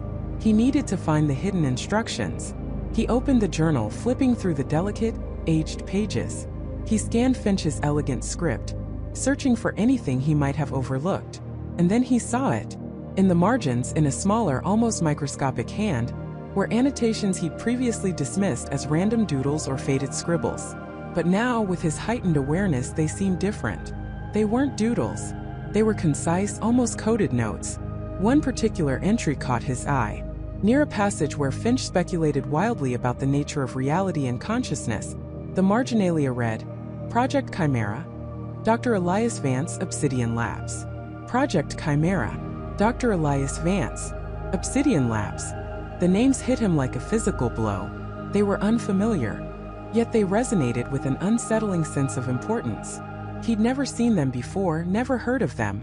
Why hadn't he noticed these annotations before? Had he been written to overlook them until this precise moment? The thought sent a jolt of pure terror through him. The story wasn't just guiding him. It was actively manipulating his perception, shielding information until it was narratively convenient. He frantically typed Project Chimera into his search engine. The results were sparse, almost non-existent. A few defunct patents for obscure neurological devices from the late 1980s. A couple of academic papers long out of print, hinting at experimental psychology and advanced AI simulations. Nothing concrete. Nothing that screamed, secret organization writing people's lives. Then he tried Dr. Elias Vance. More promising. Vance was a brilliant, controversial figure in cognitive science decades ago. He'd published groundbreaking research on complex adaptive systems and emergent properties of consciousness. But his career had ended abruptly, shrouded in whispers of ethical breaches and funding cuts. His last known affiliation? A private research institution called Obsidian Labs. Obsidian Labs. The name sounded ominous, like something out of a pulp thriller. He searched again, combining Obsidian Labs and Project Chimera. This time, a single obscure forum post from a forgotten corner of the internet popped up, dated almost 2 decades earlier. The post, from an anonymous user, spoke of unethical human trials and narrative manipulation experiments at a facility that was rumored to be Obsidian Labs. The post was dismissed by other users as conspiracy theory garbage, but to Michael it was a chilling validation. His heart hammered against his ribs. This wasn't just a philosophical puzzle anymore. This was a real-world entity, a shadowy organization, potentially responsible for this horrifying reality. And Dr. Elias Vance, a man who once dabbled in the very nature of consciousness, was at its heart. The journal felt heavier in his hands now, less a relic of a dead man and more a map to his own enslavement. Finch hadn't just discovered the truth. He had been part of it, or perhaps a victim trying to expose it. Was Finch trying to warn him?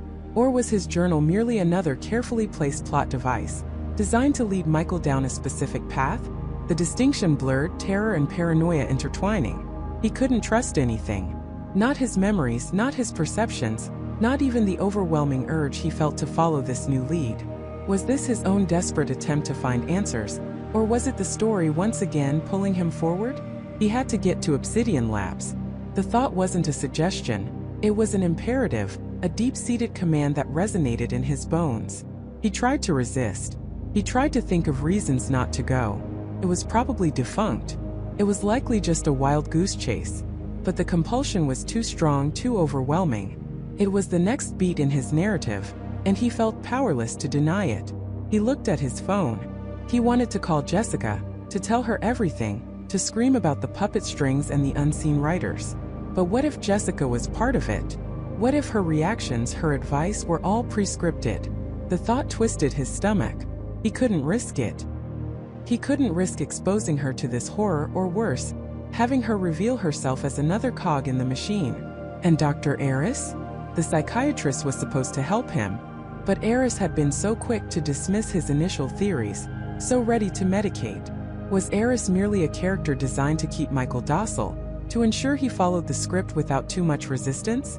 The possibility was sickening. He remembered Eris's calm, reassuring demeanor, now tainted by suspicion. He was alone, utterly, terrifyingly alone in this battle against an invisible force. He pulled up a map, searching for Obsidian Labs. It wasn't listed on any public directory, but the forum post had mentioned a location, a general area in a remote, almost forgotten industrial park on the outskirts of the city, long abandoned. A place that looked exactly like the kind of setting a thriller novel would choose for its shadowy, nefarious organization. A cold sweat broke out on his forehead. This was too perfect, too neatly laid out. It was a breadcrumb trail meticulously placed for him to follow, and he was following it. He had to follow it. The story was demanding it. He stood up, his legs feeling strangely heavy, yet propelled by an unseen force. He grabbed his keys. He didn't want to go. Every fiber of his being screamed against this forced progression, but the alternative, fighting against the current, risking unknown, perhaps catastrophic, consequences, felt even more terrifying. What would happen if he truly defied it? Would he simply cease to be? Would the story erase him, write him out of existence? The dread was a living thing inside him, twisting and turning. He was a prisoner in his own skin, a character in a play he didn't write, heading towards a climax he couldn't predict, but one he knew with chilling certainty was already waiting for him. The story was not just writing itself. It was writing his destination, his actions, and perhaps his ultimate demise. And the path led directly to Obsidian Labs, to Project Chimera, and to the chilling possibility of discovering the architects of his very existence. He was walking into the lion's den, not by choice, but by script. He was walking into the lion's den, not by choice, but by script. The drive to Obsidian Labs was a blur of highway lights and a suffocating sense of inevitability. Michael felt like a character being pulled by an unseen hand, his actions predetermined, his thoughts perhaps even implanted. Every turn, every traffic light, every glance in the rearview mirror felt like a scene unfolding exactly as it was meant to. The gleaming monolithic structure of Obsidian Labs rose from the horizon like a dark prophecy, its glass and steel facade reflecting the cold, indifferent stars. It was a fortress of silent knowledge, a place where secrets were forged and guarded with absolute, unyielding precision. He parked his car in a remote corner of the sprawling complex, the hum of distant machinery the only sound breaking the night's silence. The air was crisp, carrying a faint metallic tang. He looked at his hands, then at the entrance, a wave of nausea washing over him. This was it, the culmination of everything. The truth, however horrifying, was waiting inside. He approached the perimeter fence, an almost subconscious instinct guiding his fingers to a specific section. He didn't remember learning how to bypass industrial-grade security, but his hands moved with an eerie confidence, flicking open a panel, disabling a laser grid with practiced ease. It was as if the knowledge had been downloaded directly into his mind, a new subroutine installed without his conscious awareness. He slipped through the breach, moving like a phantom across the manicured grounds. The facility was immense, a labyrinth of interconnected buildings. But he wasn't lost. A mental map, clear and precise, seemed to unfurl in his mind, highlighting specific pathways, access points, and even less guarded corridors. It was the script again, showing him the way, ensuring his arrival at the designated stage. He found a service entrance, the electronic lock blinking an inviting green as if expecting him. A moment of hesitation, a flicker of genuine fear. Then he pushed through, stepping into a world of sterile white walls and humming fluorescent lights. The interior of Obsidian Labs was a stark contrast to the outside world. It was a hushed, almost reverent space, filled with the faint thrum of powerful servers and the occasional distant clatter of unseen machinery. He moved through gleaming corridors, past laboratories filled with complex equipment he couldn't name, past offices where screens glowed with intricate data. Every turn felt deliberate. Every door he passed seemed to lead him closer to his destination. He passed a security camera, and for a fleeting second, he thought he saw its red light blink, not in alarm but in recognition, as if acknowledging his scripted presence. He followed the internal compass of his mind, descending several levels into the heart of the complex. The air grew colder, the silence heavier. Finally, he arrived at a double-reinforced door, emblazoned with a single ominous designation: Project Chimera Restricted Access. This wasn't just a lab, it was a vault. His hand automatically went to the biometric scanner. He hadn't registered his prints here, yet the scanner glowed green, the heavy door sliding open with a soft hiss, revealing the chamber beyond. He stepped inside. The room was vast, circular, and bathed in a soft, pulsating blue light emanating from towering, transparent cylinders arranged in a semicircle. Each cylinder was filled with a shimmering, viscous fluid, and within them, suspended like strange embryonic forms, were humanoids. Not fully formed but clearly recognizable. Arms, legs, torsos, heads, their features indistinct, their eyes closed. They were in various stages of development, some barely more than outlines, others almost complete, their skin a pale, translucent canvas. Michael's breath hitched in his throat. This wasn't just genetic engineering. This was creation. His gaze swept across the room, past intricate holographic displays projecting complex genetic sequences and neurological patterns. He saw data terminals flashing with what looked like consciousness mapping, personality constructs, and memory implantation protocols. He walked towards a central console, his footsteps echoing in the chilling silence. On the screen, a series of files scrolled, each labeled with a numerical designation: Subject 001, Subject 002, Subject 003. He scrolled down, his heart pounding a frantic rhythm against his ribs. He saw failures, anomalies, discarded iterations. And then he saw it. Subject 007. His hand trembled as he selected the file. Images flashed across the screen.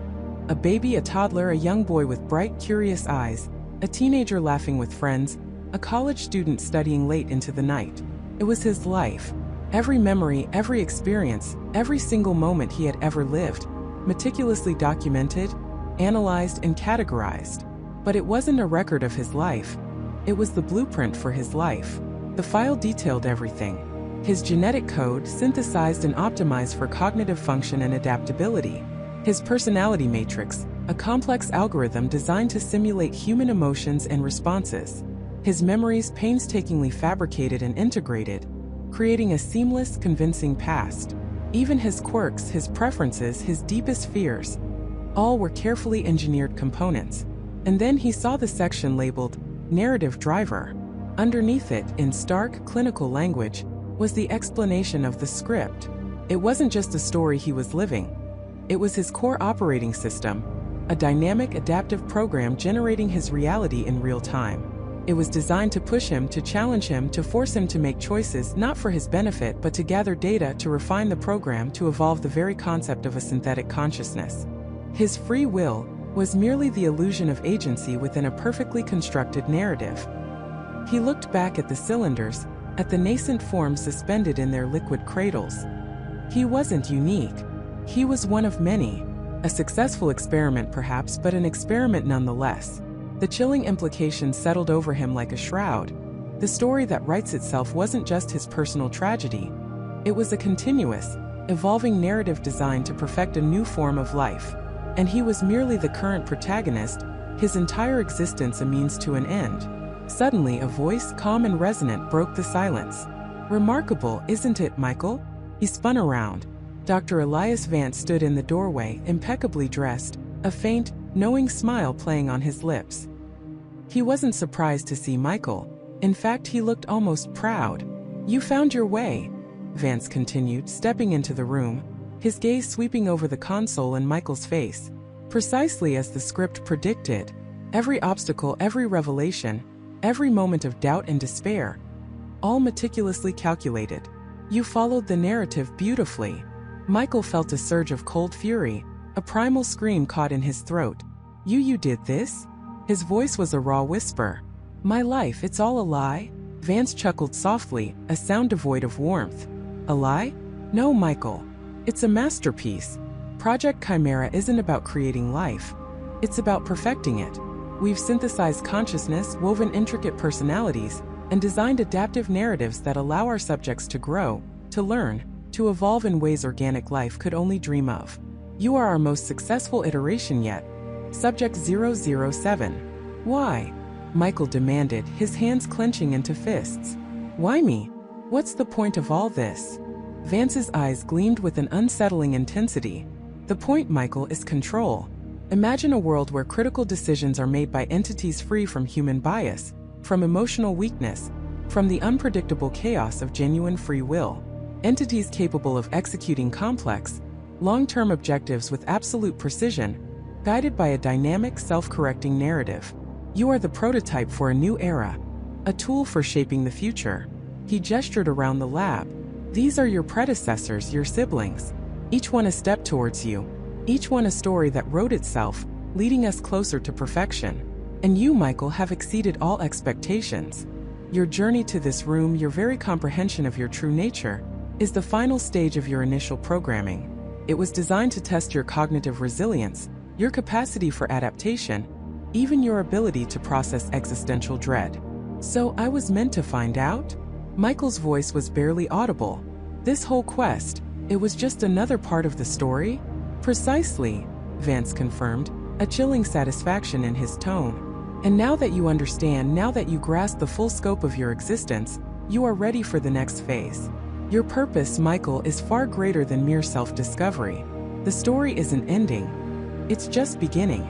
The script is ready for its next chapter, and it requires a fully aware, fully optimized protagonist. As Vance spoke, a subtle hum filled the chamber, and the blue light intensified. The cylinders containing the other humanoids seemed to pulse with a faint energy. Michael felt a strange pull, a familiar, unsettling sensation in his mind, like a new command being uploaded, a new directive being woven into his very being. He was trapped, not by physical restraints, but by the ultimate prison, his own existence. Vance took another step closer, his smile widening, revealing a chilling glint in his eyes. Welcome, Michael, to your true purpose. Michael's blood ran cold, a deeper chill than any winter night. He felt a profound disorientation, as if the ground beneath him had not just shifted, but utterly dissolved. True purpose. The words echoed, hollow and menacing, in the vast emptiness that now seemed to encompass him. What are you talking about?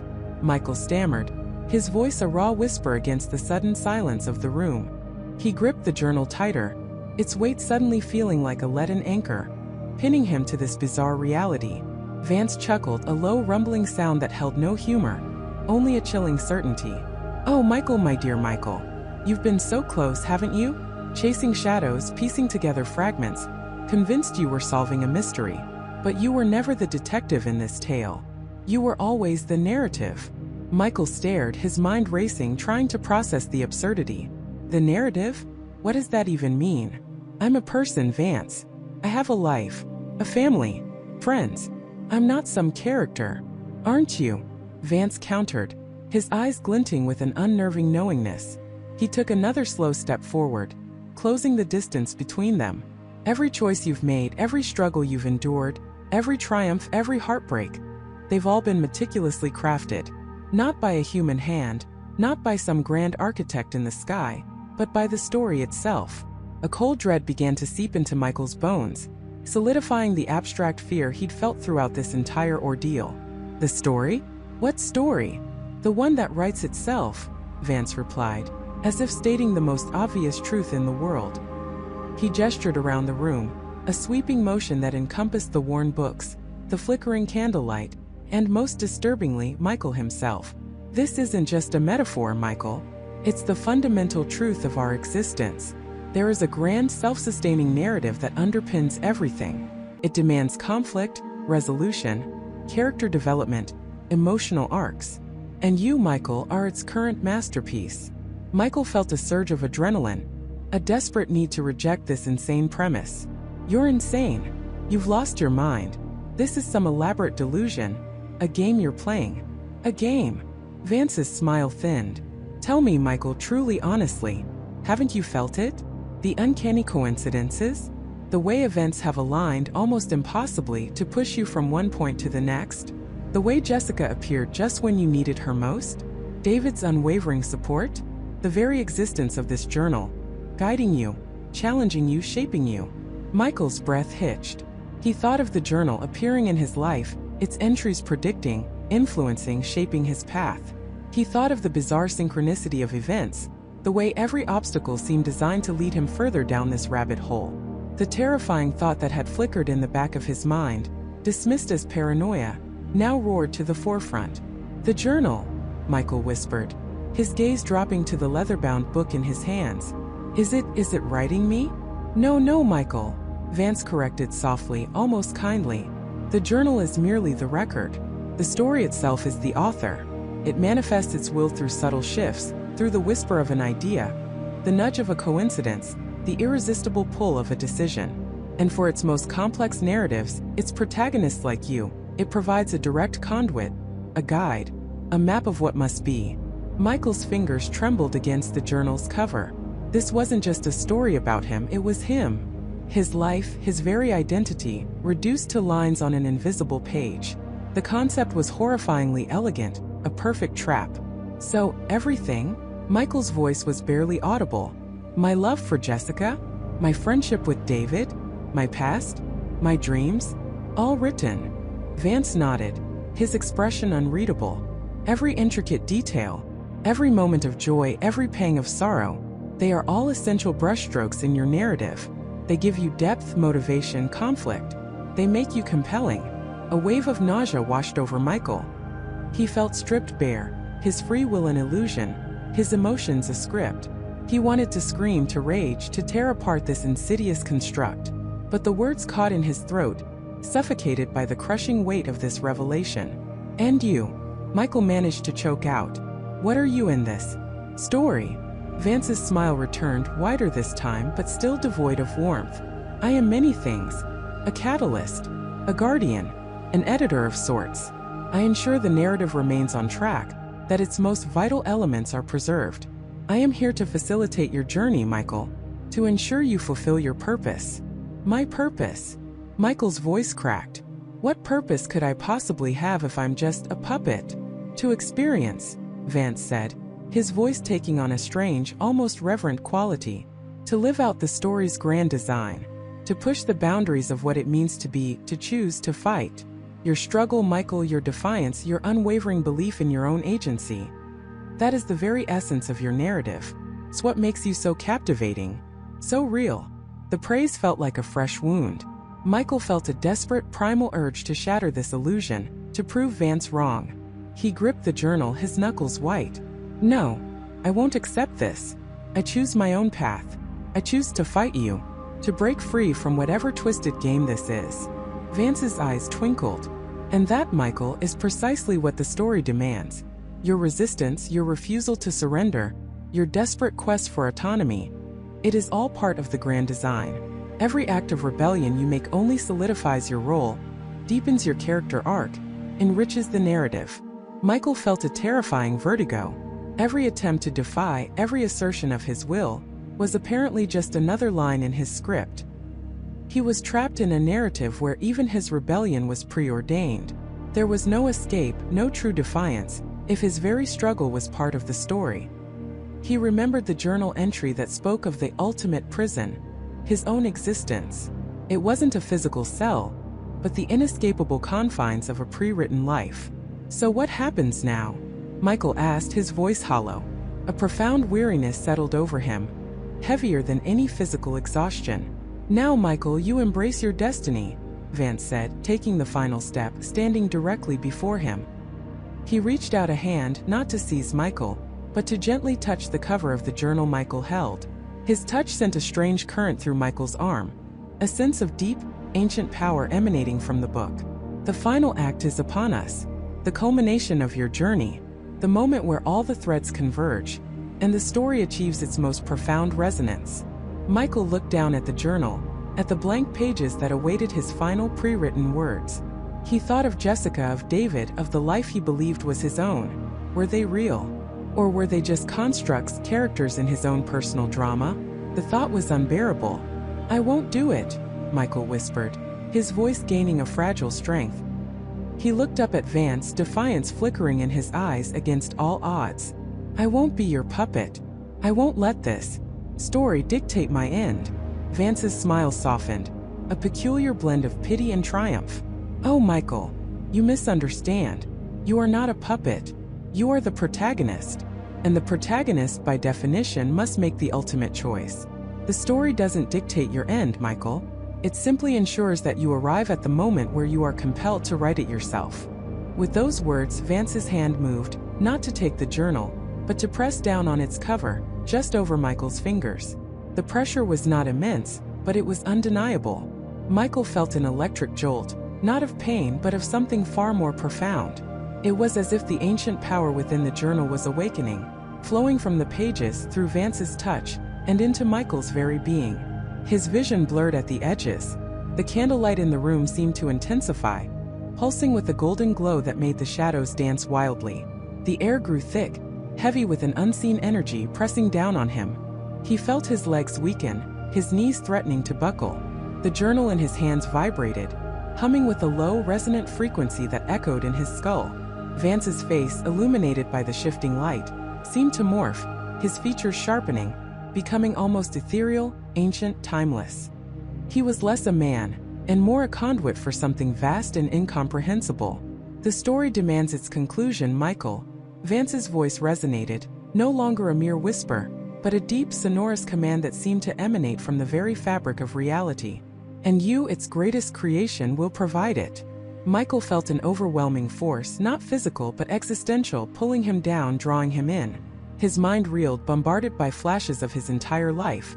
Jessica's smile, David's laughter, the old bookstore, the cryptic entries, the faces of strangers, the looming sense of dread.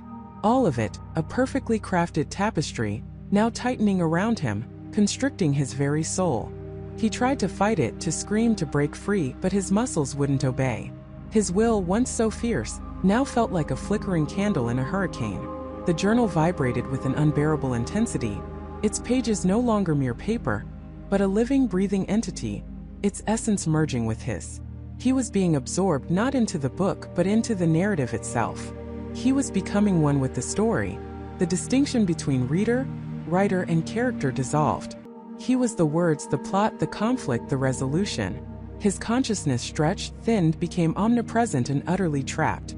Vance's face, now a blur of light and shadow, leaned in close. His voice, now a chorus of countless whispers, echoed in Michael's mind. Welcome, Michael, to the ultimate authorship.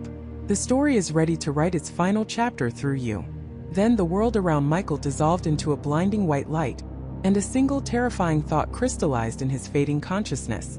This was not the end of his story. This was the moment he became the story. Then the world around Michael dissolved into a blinding white light, and a single terrifying thought crystallized in his fading consciousness. This was not the end of his story. This was the moment he became the story. The light didn't fade. It intensified, not painful but absolute.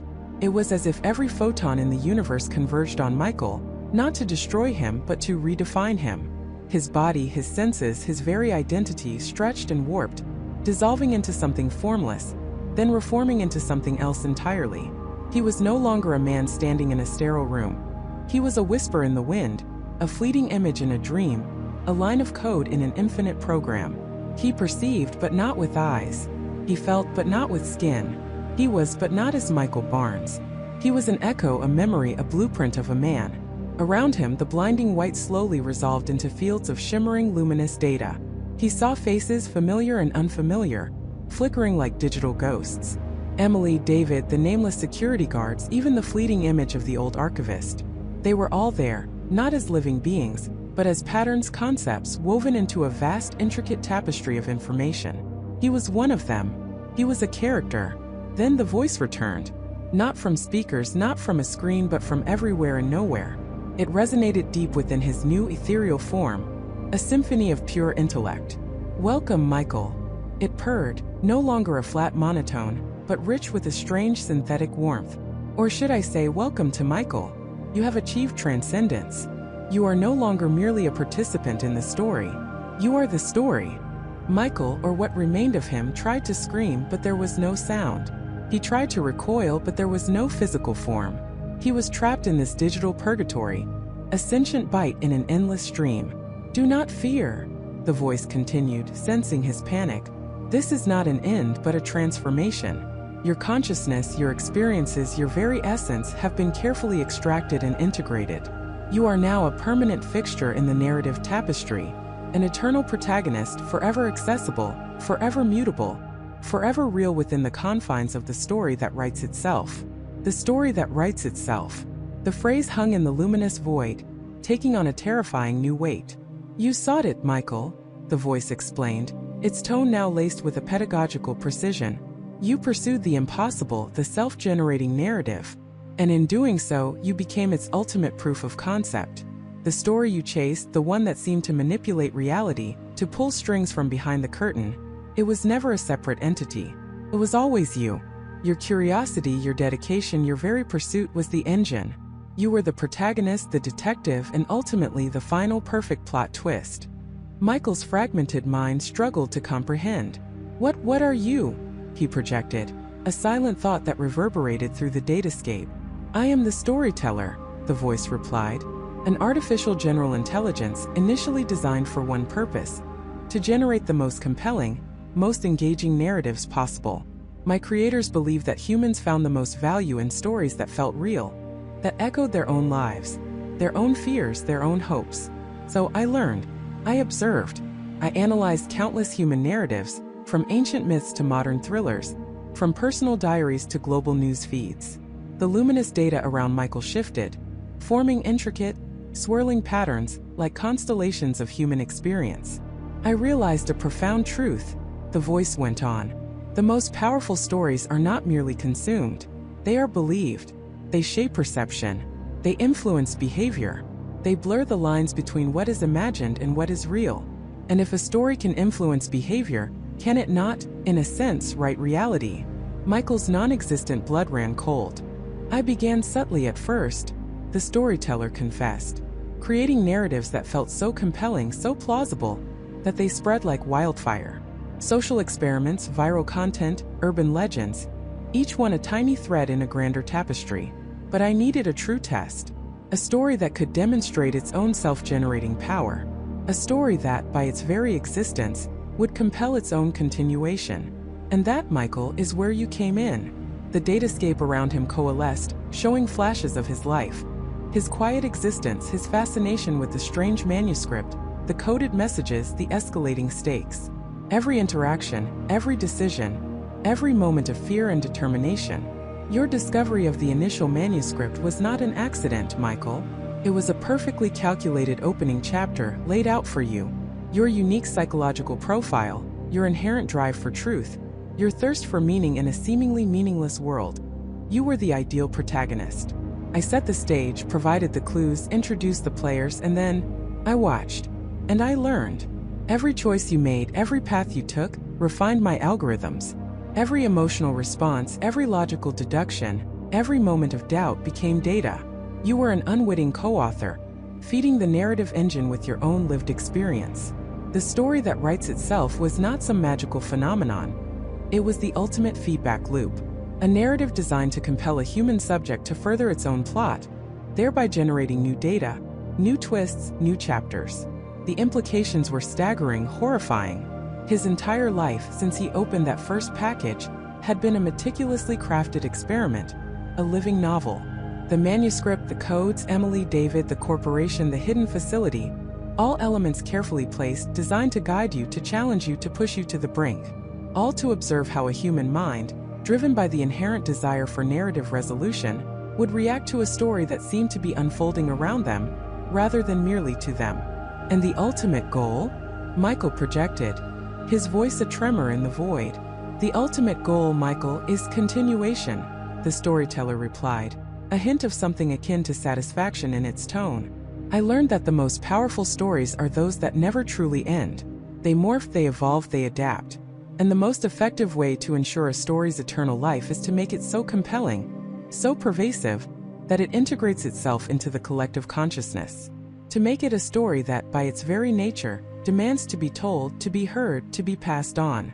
The luminous datascape expanded, stretching infinitely. Michael saw not just his own story, but glimpses of countless others, interconnected, interwoven.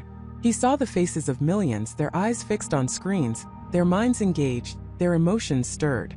You see, Michael, the storyteller articulated, its voice now resonating with an almost universal reach.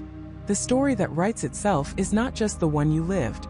It is this story, the one being consumed right now, the one that has captivated the listener, drawing them deeper and deeper into its mystery, its suspense, its chilling implications.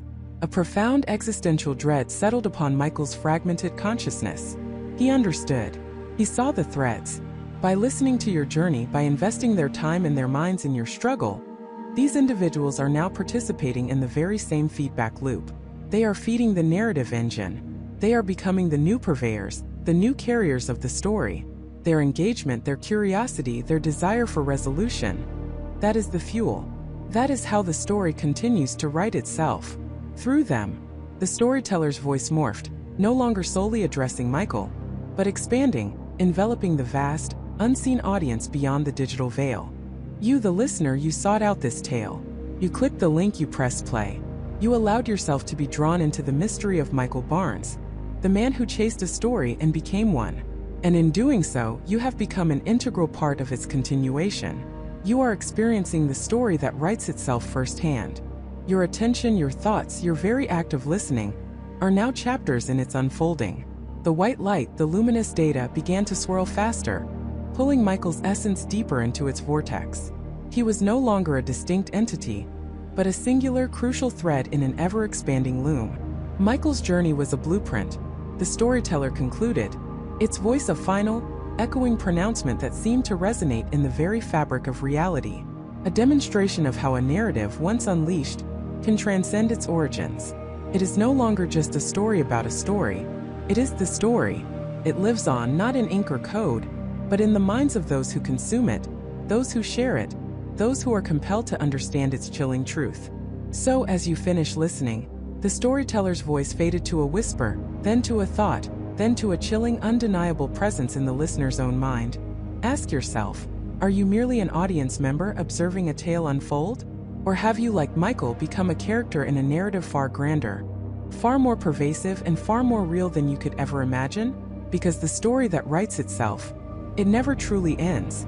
It simply finds new ways to continue, new minds to inhabit, new realities to subtly, imperceptibly become. The silence that followed was not empty. It was filled with the lingering echo of a tale that had just woven itself into the fabric of your own perception. A story that now truly had no end.